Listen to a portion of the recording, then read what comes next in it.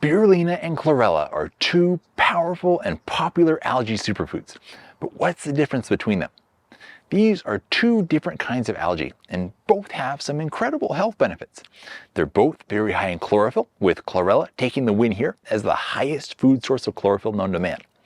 This chlorophyll contributes to the detoxifying properties of both of these algae because it can bind to heavy metals and other toxins as it's passing through the body. They're also some of the highest natural food sources of protein.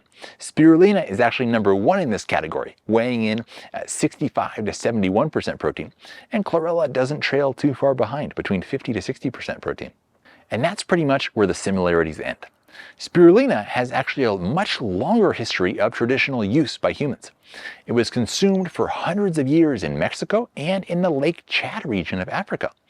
Chlorella, on the other hand, was discovered in the late 19th century, and it became popular as a health supplement in the mid-20th century. But they've both been quite well studied by now for their health benefits. The most important difference to me is that while chlorella is a green algae, spirulina is a blue-green algae. They both get the green from their high chlorophyll content, but spirulina also gets the blue from a compound called phycocyanin. Now you've probably seen this extracted from spirulina and sold on its own as blue spirulina. It's important to understand here that blue spirulina isn't a special kind of spirulina that just grows blue like that. They've taken the regular spirulina and extracted this phycocyanin from it and are selling it to you on its own. This is all good, but some unscrupulous companies extract the phycocyanin, sell it, and then go on to sell the original spirulina with the phycocyanin no longer in it, without disclosing that they've removed one of the most beneficial compounds. Phycocyanin extracted from spirulina was first marketed in 1980 as a product for people undergoing chemotherapy and radiation to ease the negative symptoms and help restore their vitality after the treatment. Research on phycocyanin has found antioxidant and anti-inflammatory effects, the ability to enhance activity of various immune cells like lymphocytes and macrophages, and also neuroprotective effects. It also shows promising anti-C word potential. Dang, in the old days, there was only one main C word to be afraid of, but since 2020, there's two of them, and I'm not supposed to mention either one by name on here. Okay, I'm talking about the old school C word, the one between Gemini and Leo.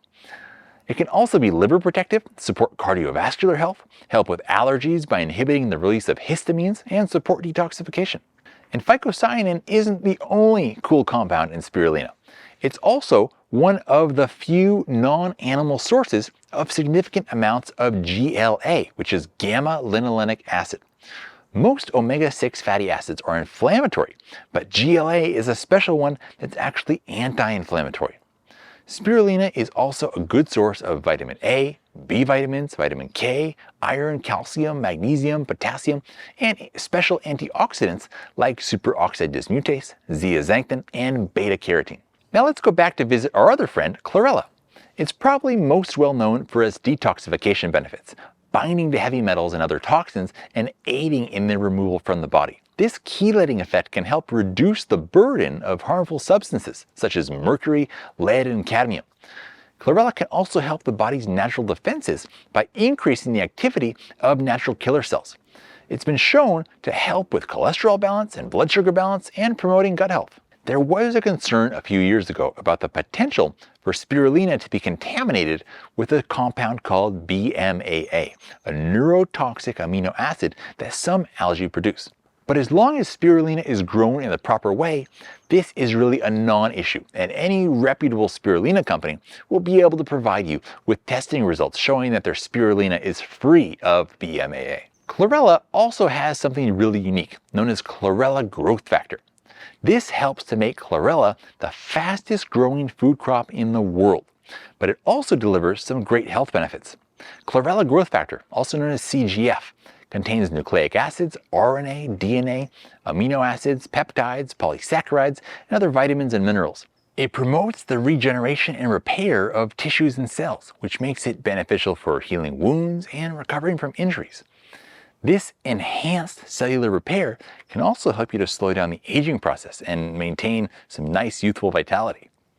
So depending on your unique health situation, you may prefer to opt for chlorella or spirulina, but personally, I love having them both almost every single day.